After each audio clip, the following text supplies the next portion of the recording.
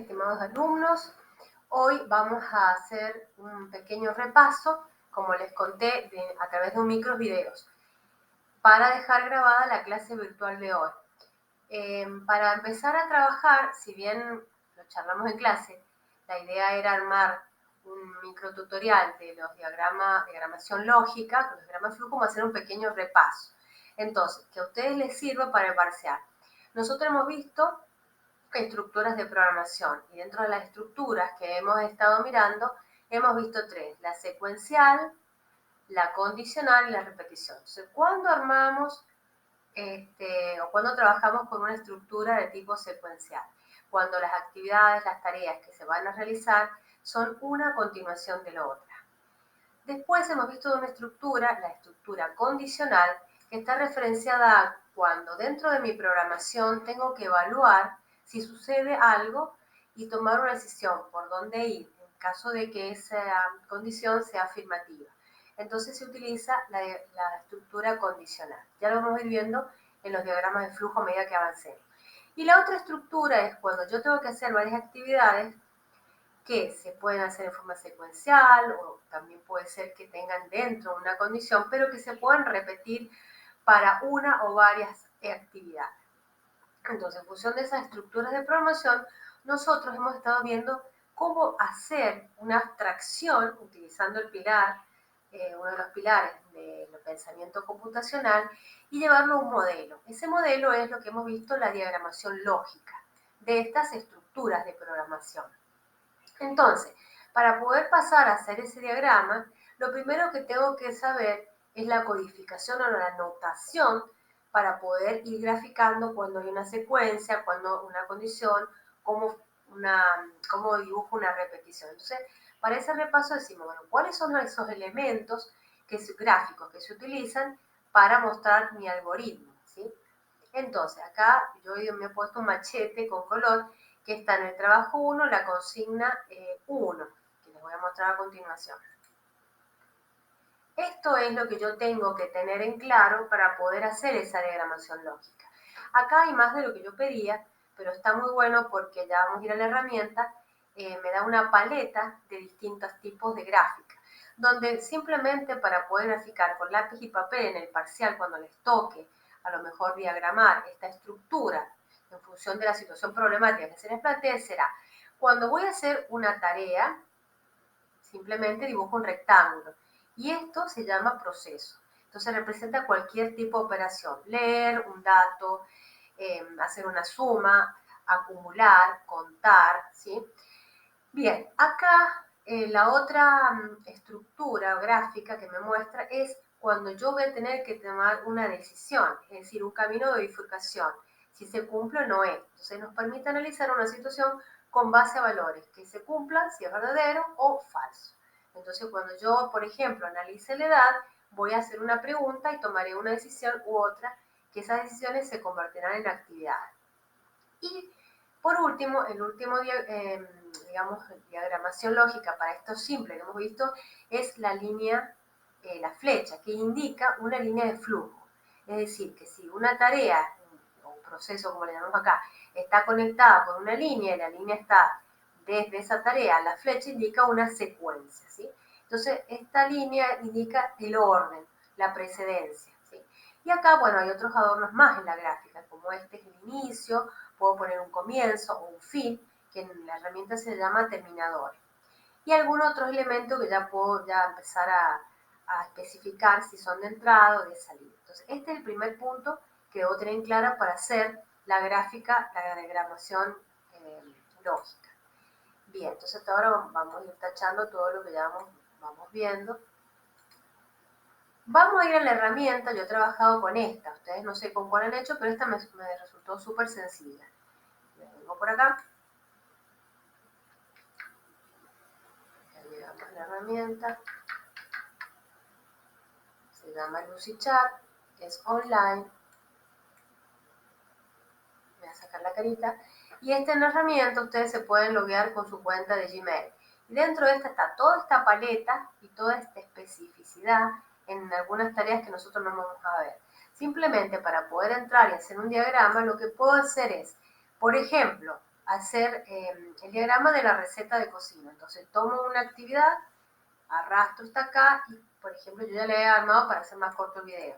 Colocar el azúcar y manteca, que sería el proceso con una diagramación lógica de hacer un bizcochuelo. Entonces, esta es una tarea, le continúa, que agrega los huevos a través de la línea de flujo que va hasta acá, después coloco en el horno, bueno, hay muchos detalles que se pueden hacer, acá está muy simple, muy simple. Coloco en el horno y ahí, hasta acá, hemos trabajado con una secuencia. Cuando yo lo coloco en el horno, seguramente voy a poner una alarma y voy a estar chequeando que esté bien cocido o no. Con lo cual tendré que hacer diagramar a través de acá una decisión, ir mirando. Si está bien, si no está cocido, a lo mejor voy a tener que, esta actividad está de más aquí, ¿qué es lo que voy a tener que hacer? Fíjense.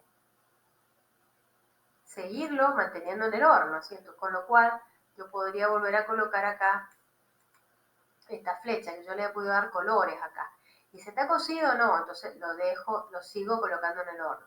Y acá vuelvo a chequear, está cocido, vuelvo a meter el cuchillo, el escarbadiente y no está cocido y sigo. Acá estoy diagramando una repetición, que esta repetición está basada también en una condicional.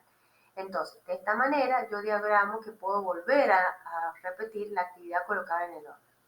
Una vez que está cocido y se cumple la condición, lo que hago es la actividad de apagar el horno y ahí termina. De esta manera hemos visto que a través de este simple ejemplo de cocinar un bizcochuelo, hemos visto distintas actividades modeladas a través de este pequeño diagrama de flujo con actividades secuenciales, una actividad condicional y una actividad que muestra la repetición de las tareas. Hasta ahí creo que nos venimos bastante bien. Volvemos a nuestro esquema, entonces ya hemos ido a la herramienta, ¿sí? Y también hemos visto cómo armo mi algoritmo en función de ese ejemplo. Ahora vamos a ir a lo nuestro. ¿Cómo vemos la estructura de programación de cada una? Para eso hemos trabajado en el trabajo práctico 1, la consigna número 2. Me voy a remitir acá. Acá estoy mostrando el trabajo de uno de los compañeros del grupo de Medina Patricio. Entonces, acá, si tuvieran que graficar cada una de ellas y verlo en paralelo, me gustó este esquema que hicieron. Fíjense, acá han diagramado acá la secuencia de cómo uno habla por teléfono, con estos terminadores de inicio y de fin. Y vemos cada una de las actividades, es solamente modelar una secuencia. Cuando voy a modelar una función condicional, simplemente leo a lo mejor una nota y veo si es mayor o menor. Y en función de eso le doy la actividad, si lo apruebo o lo repruebo. Simplemente eso. Pero acá ya se complica un poquito más. Por ejemplo, se hace un esquema, si han podido estudiar, por ejemplo, para el parcial o el trabajo que tienen que entregar. Si se diagrama esta actividad, se va preguntando, si no se termina, se vuelve y hasta que termine. Y esta representaría la repetición. Entonces, de esta manera, yo puedo ver cómo se diagrama cada una de las estructuras de programación. Vuelvo a la hoja de ruta de este mini tutorial. Entonces, acá voy tachando, también ya lo hemos visto, ¿sí? Y por último nos vamos a ir a Excel. Y en Excel vamos a ver qué es lo que teníamos que hacer. Yo lo tengo ya abierto. Entonces, por ejemplo, para este caso, para el caso que se les daba, habíamos visto 3 situaciones problemáticas. Había que armar una tabla, había que sacar cálculos, después había que hacer un gráfico y después había que hacer un pictograma con imagen. Todas esas actividades están diagramadas también se pueden diagramar como hemos visto recién, de esta manera. Entonces, en ese caso, como son actividades, debería ir una a continuación de la otra. A ver si les muestro un ejemplo, si lo tengo a mano. No. A ver si está por acá.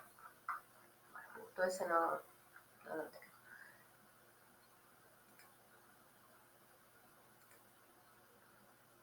Y para poder proceder, por ejemplo, con un nivel mayor dificultad, pues es la más sencilla, vamos a ir a la segunda situación problemática, que es esta que tenemos por acá.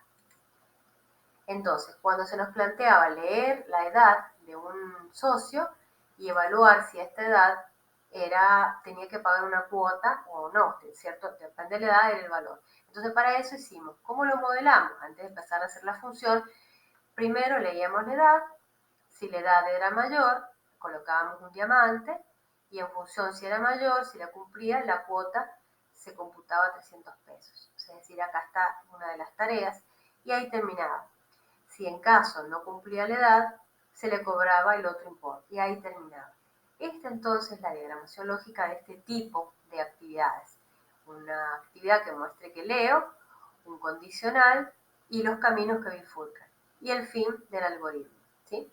Cuando yo lo desarrollo, ¿qué tenía que hacer? Para poder trabajarlo en Excel, yo me paraba en esta celda, llamaba la función f de x y utilizaba la función si. Cuando traemos la función si en Excel ya me está dando pauta de una pequeña ayuda, porque trabajo con el asistente. Entonces, en la prueba lógica que se evaluaba, hacía clic aceptar y ya me estaba dando la pauta de cómo armar. Entonces, mi prueba lógica es, tengo que evaluar este lee de edad, que es el que está acá en esta celda. Entonces hago clic y automáticamente se me coloca el nombre de la celda, que es la celda B59, perdón. Entonces, a esa prueba lógica tengo que aplicar si la edad es mayor que el valor de 18 años. Si esa prueba se cumple, como en este caso no se cumpliría, yo le voy a cobrar al socio 300 pesos y lo coloco en el valor si verdadero. Caso contrario, le voy a cobrar 150 pesos. Ya antes de dar a aceptar, ya esta asistente me está dando el valor, en este caso, de cuánto es la evaluación de esta prueba lógica, es decir, de este condicional. Doy a aceptar y automáticamente ahí se coloca el importe obtenido, que a este socio, por ser menor de 18 años, le voy a cobrar, 150 pesos. Esto lo veo acá, resultado, pero acá arriba también lo puedo ver en que es la barra de fondo. Parado en esta celda, también puedo ver cómo es la fórmula y las celdas que participan, que sería en este caso la celda que está en celestito B59, que es la que representa el contenido donde está guardado el 16. Referido ya por último a la última situación problemática, fíjense que acá tenemos un grupo de personas. Esto lo hemos visto en clase, nada más que esto es como un repaso. En este grupo de personas yo tengo que evaluar y leer varias edades. En un momento haré un seguimiento de este pequeño programa con la diagramación lógica y con estos datos en Excel, donde mi primer socio será López en una instancia y tendré que analizar la edad y ver la cuota. Después será Juárez, Pérez y así. Entonces, esto que está acá no se hace para solamente un socio, se hace para varios. Entonces, acá viene la diagramación lógica que me dice que tomo el diagrama anterior, es decir, este que tenemos acá, y ahora necesito ampliarlo porque tengo que hacer más cosas. ¿Cuáles son esas más cosas? Uno es la edad, después preguntar y ahí ver si le cobro la cuota, eso está bien igual, pero me piden en la consigna que cuente cuántos mayores de edad tengo. Entonces, ¿qué hago acá? Esta actividad me va a contar los mayores. Lo que tenemos acá es una función que se llama contador. Esta función en realidad se debería inicializar en 0 para asegurarme que esté el valor correcto, porque lo que hace es, a esta variable se le da igual el valor de la misma variable más 1. Si yo no sé cuánto tiene esta variable, le sumo 1, puede sumar cualquier cosa. Entonces, para hacer eso, podría mejorar este algoritmo y inicializar una tarea, inicializar contar mayores igual a 0. Eso podríamos agregarlo. Habría que ir al diagrama original, tendría que ir a la herramienta, ¿sí? Venir acá y buscar el original, que sería este, fíjense. Lo estoy abriendo.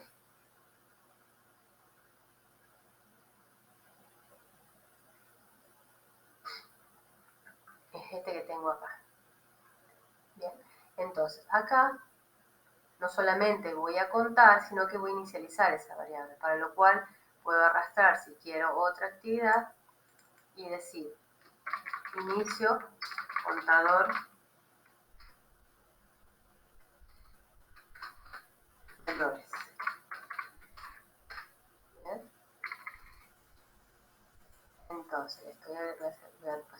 inflado un poquito de... Y acá me estaría faltando agregarle una flechita, ay perdón, se me escapó la flechita que vaya de acá hasta acá. La flecha de la secuencia, ¿sí? Que se me ha disparado un poquito. De esa manera debería ser lo mismo.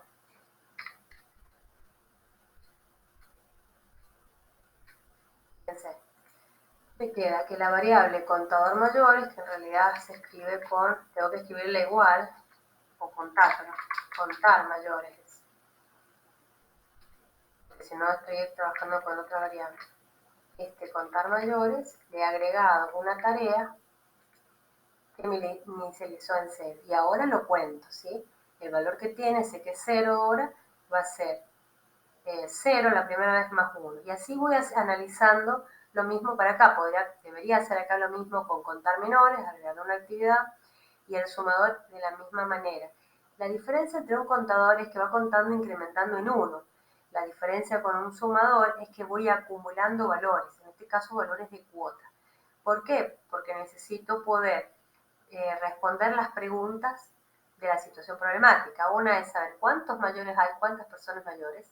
Y otra pregunta es cuánto recaudo de cuota, en total de cuotas de todos los mayores. Entonces acá debería agregarle una similar a esta.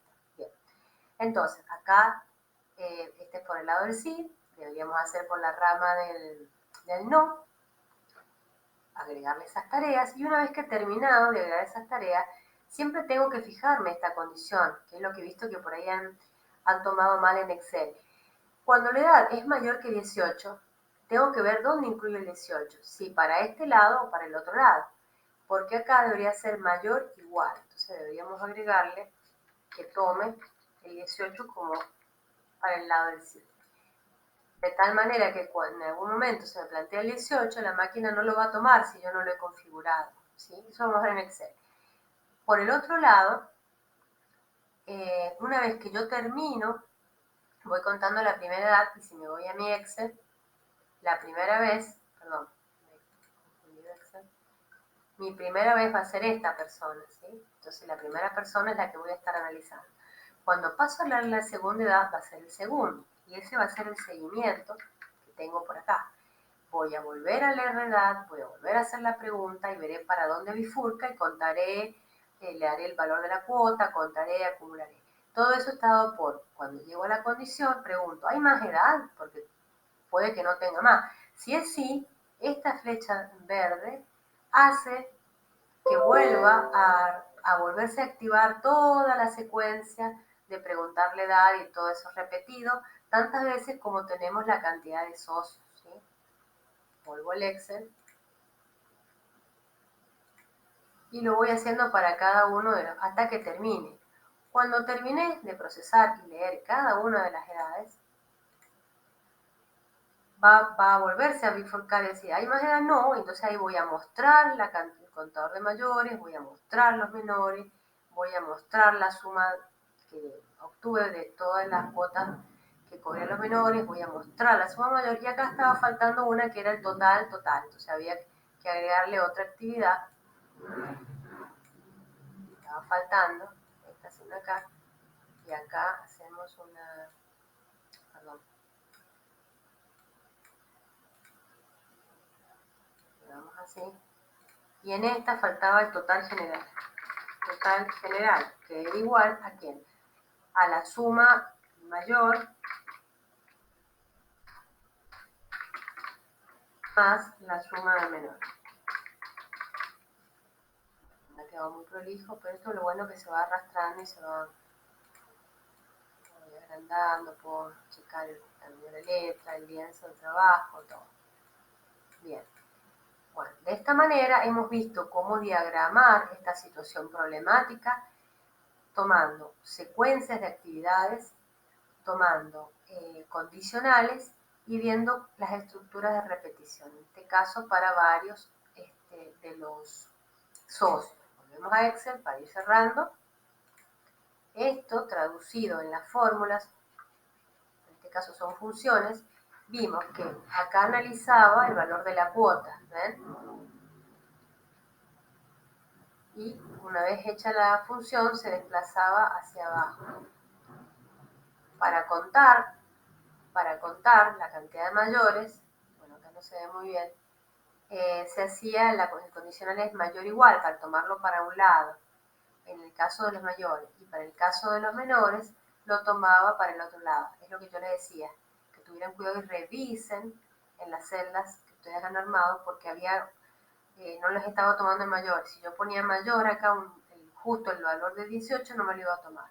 Después vimos que todo ese sumador y acumulador me lo permitía esta fórmula que era la sumar.si, donde a través de dos columnas analizaba, hacía dos cosas, analizaba la edad y me sumaba. Para un lado, analizaba la edad y me sumaba para el otro.